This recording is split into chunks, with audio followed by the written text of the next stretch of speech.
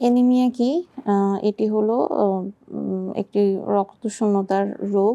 যার ফলে শরীরের লোহিত রক্তকণিকা বা হিমোগ্লোবিন কমে যায় এবং শরীরে অক্সিজেনের ঘাটতি দেখা যায়।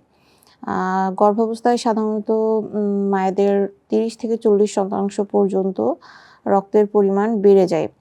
আ তো এ সময়ে যদি পর্যাপ্ত আয়রন, ফলিক অ্যাসিড বা ভিটামিন B12 না পান, তাহলে এই যে অতিরিক্ত যে রক্ত মায়ের শরীরে উৎপাদন হয়, সেটি হতে পারে না এবং যার ফলে রক্তশূন্যতা দেখা যায়।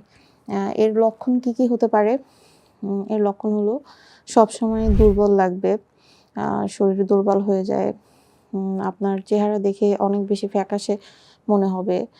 যে কেউ দেখলে বুঝতে পারবে যে আপনার শরীরটা মানে ফ্যাকাশে হয়ে গিয়েছে।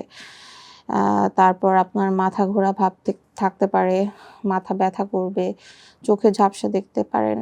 আ অনেক সময় কাজ করতে গেলে আপনার অনেক বেশি বুক ধড়ফড় করতে পারে বা অনেক বেশি ক্লান্ত অনুভব হবে। সাধারণত এই সমস্যাগুলোই দেখা যায়। আর এক্ষেত্রে কি ঝুঁকি হতে পারে প্রেগন্যান্সিতে? মায়ের জন্য যেটি হতে পারে যে প্রসবকালীন অনেক জটিলতা বেড়ে যায়, সংক্রমণের ঝুঁকি বেড়ে যায়। তাছাড়া রক্তশূন্যতা দেখা দিতে পারে। আম এই সাধারণত মায়েদের ক্ষেত্রে এগুলো দেখা যায় এবং বাচ্চার ক্ষেত্রে দেখা যায় যে সময়ের আগে ডেলিভারি হয়ে যেতে পারে।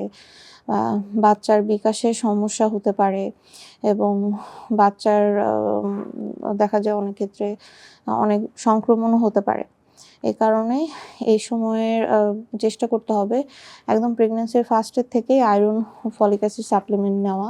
ডাক্তারের পরামর্শ অনুযায়ী নিতে হবে এবং এই সময়ে আ আপনি ভিটামিন সি সমৃদ্ধ খাবার খাবেন। কমলা, লেবু, আমলকি, কারণ এগুলো আপনার আয়রন শোষণে সহায়তা করে এবং যখন আপনি আয়রন ট্যাবলেট খাবেন, তখন খেয়াল রাখতে হবে আপনি আয়রন ট্যাবলেটের সাথে যেন কোনোভাবেই দুধ, চা বা কফি এগুলো সেবন করা যাবে না।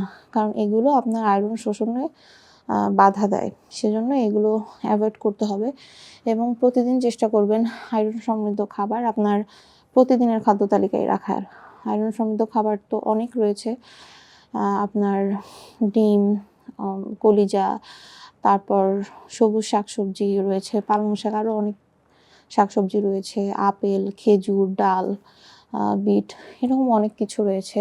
এই ধরনের আয়রন সমৃদ্ধ খাবার প্রতিদিন খাদ্য তালিকায় রাখবেন এবং নিয়মিত আপনাকে আয়রন, ফলিক অ্যাসিডের ট্যাবলেট খেয়ে যেতে হবে। যে ধরনের সাপ্লিমেন্টই আপনাকে পুরো প্রেগন্যান্সিতে নিতে বলে একজন ডাক্তার, সেই অনুযায়ী আপনাকে মেনে চলতে হবে।